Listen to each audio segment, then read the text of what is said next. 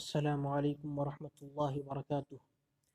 الحمد للہ رب العالمین والصلاة والسلام علی رحمۃ للعالمین۔ اشہد ان لا الہ الا اللہ واشہد ان محمدا عبدہ ورسولہ، اما بعد۔ معزز سامعات، اس سے پہلے کے درس میں آپ کے سامنے جنگ بدر کے متعلق کچھ چیزیں پیش کی گئی تھیں، بیان کی گئی تھیں۔ ہمارے درس کا آخری نقطہ تھا رسول اللہ صلی اللہ علیہ وسلم کے پاس اللہ تبارک و تعالی نے وحی بھیجی، انی ممدکم بألف من الملائکۃ مردفین، کہ میں 1000 فرشتوں سے تمہاری مدد کروں گا جو آگے پیچھے آئیں گے۔ سامعات، اس کے بعد رسول اللہ صلی اللہ علیہ وسلم کو جھپکی آئی۔ آپ صلی اللہ علیہ وسلم نے سر اٹھایا اور فرمایا، ابو بکر خوش ہو جاؤ، یہ جبرائیل علیہ السلام ہیں گرد و غبار میں اٹے ہوئے۔ اس کے بعد رسول اللہ صلی اللہ علیہ وسلم چھپر کے دروازے سے باہر تشریف لائے۔ آپ صلی اللہ علیہ وسلم نے زرہ پہن رکھی تھی۔ آپ صلی اللہ علیہ وسلم پرجوش طور پر آگے بڑھ رہے تھے اور فرماتے جا رہے تھے، سَيُهْزَمُ الْجَمْعُ وَيُوَلُّونَ الدُّبُرَ، ان قریب یہ گروہ شکست کھا جائے گا، پیٹ پھیر کر بھاگے گا۔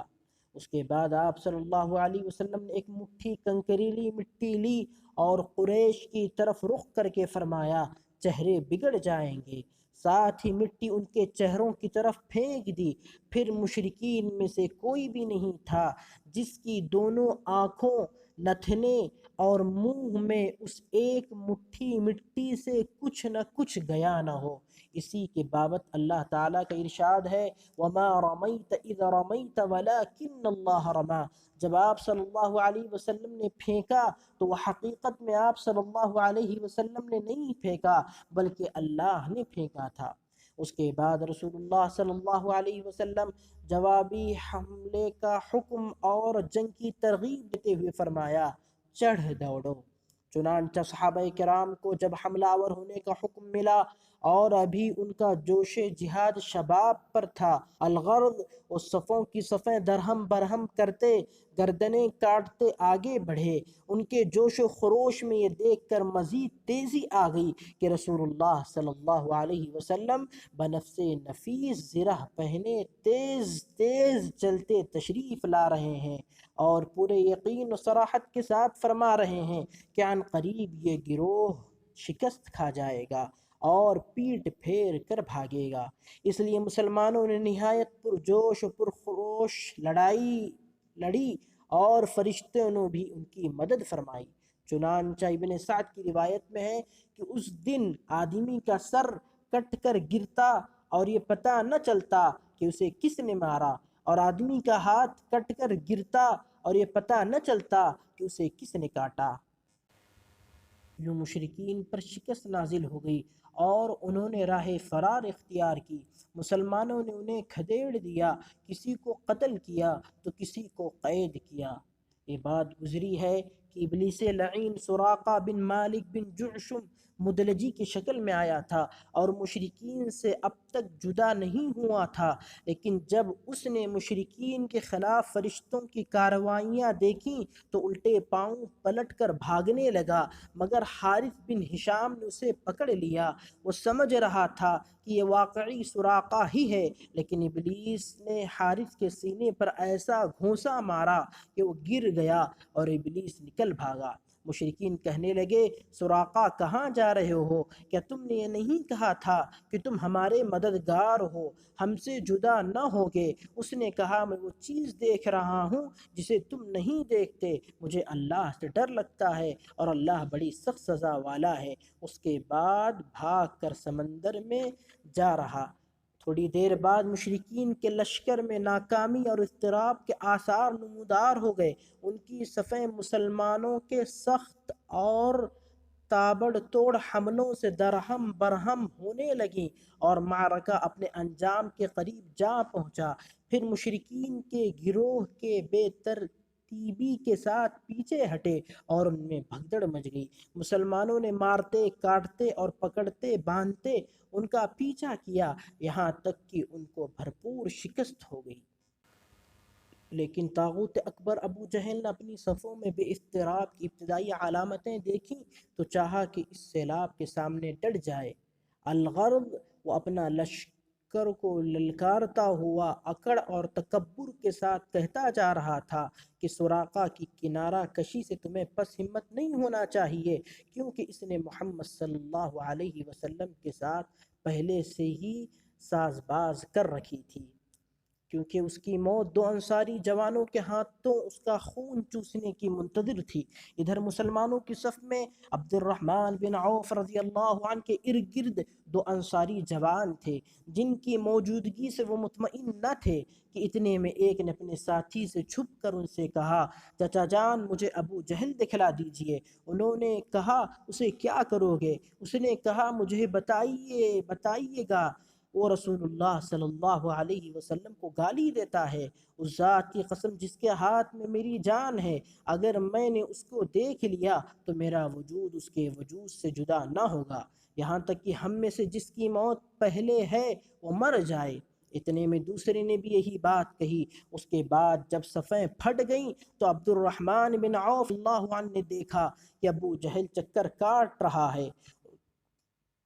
انہوں نے دونوں کو اسے دکھلایا اور وہ دونوں ابو جہل پر جھپٹ پڑے اور تلوار مار کر اسے قتل کر دیا۔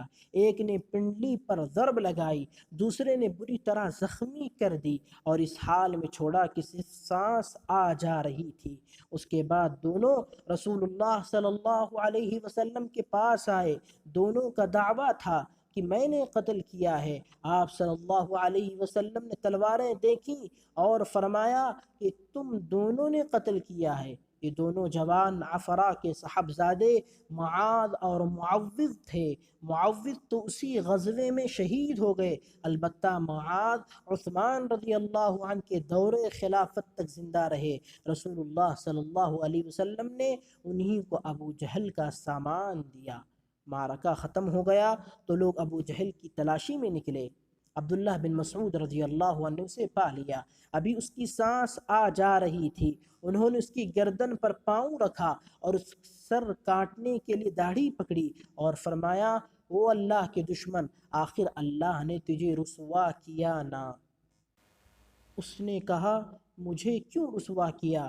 کیا جس شخص کو تم لوگوں نے قتل کیا ہے اس سے اوپر بھی کوئی آدمی ہے؟ پھر بولا، کاش مجھے کسانوں کے بجائے کسی اور نے قتل کیا ہوتا۔ اس کے بعد کہنے لگا، مجھے بتاؤ آج فتح کس کی ہوئی؟ عبداللہ بن مسعود رضی اللہ عنہ نے کہا، اللہ اور اس کے رسول کی۔ ابو جہل نے کہا، او بکریوں کے چرواہے، تو بڑی مشکل جگہ پر چڑھ گیا ہے۔ اس کے بعد عبداللہ بن مسعود رضی اللہ عنہ نے اس کا سر کاٹ لیا، خدمت نبوی میں حاضر کیا۔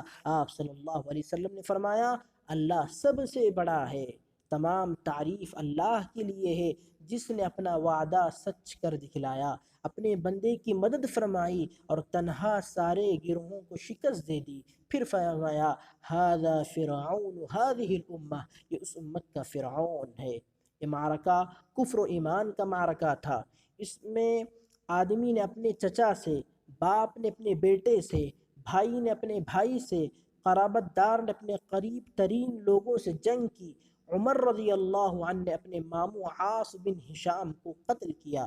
ابو بکر رضی اللہ عنہ نے اپنے بیٹے عبد الرحمن کا مقابلہ کیا۔ مسلمانوں نے نبی صلی اللہ علیہ وسلم کے چچا عباس رضی اللہ عنہ کو قید کیا۔ یوں قرابت کے تعلقات کٹ گئے۔ اللہ نے کلمہ ایمان کو کفر پر بلندی عطا کی اور حق و باطل سے جدا کر دیا۔ یہ معرکہ مشرکین کی شکست فاش اور مسلمانوں کی فتح مبین پر ختم ہوا اور اس میں 14 مسلمان شہید ہوئے، 6 مہاجرین میں سے اور 8 انصار میں سے، لیکن مشرکین کو بھاری نقصانات اٹھانا پڑا۔ اس کے 70 آدمی مارے گئے، 70 قید کیے گئے جو عموماً قائد اور سردار تھے۔ اس کے نبی کریم صلی اللہ علیہ وسلم کے حکم سے بدر کے روز قریش کے 24 بڑے بڑے سرداروں کی لاشیں بدر کے ایک گندے خبیث کنویں میں پھینک دی گئیں۔ آپ کا دستور تھا کہ اب آپ جب کسی قوم پر فتح یاب ہوتے تو 3 دن میدان جنگ میں قیام فرماتے تھے۔ چنانچہ جب بدر کا تیسرا دن آیا تو آپ صلی اللہ علیہ وسلم کے حکم پر آپ صلی اللہ علیہ وسلم کی سواری پر کجاوا کسا گیا۔ اس کے بعد آپ صلی اللہ علیہ وسلم پیدل چلے اور پیچھے پیچھے صحابہ کرام بھی چلے، یہاں تک کہ آپ صلی اللہ علیہ وسلم کنویں کی باڑ پر کھڑے ہو گئے۔ پھر انہیں ان کا اور ان کے باپ کا نام لے کر پکارنا شروع کیا، اے فلاں بن فلاں، اے فلاں بن فلاں، کیا تمہیں یہ بات اچھی لگتی ہے کہ تم نے اللہ اور اس کے رسول صلی اللہ علیہ وسلم کی اطاعت کی ہوتی؟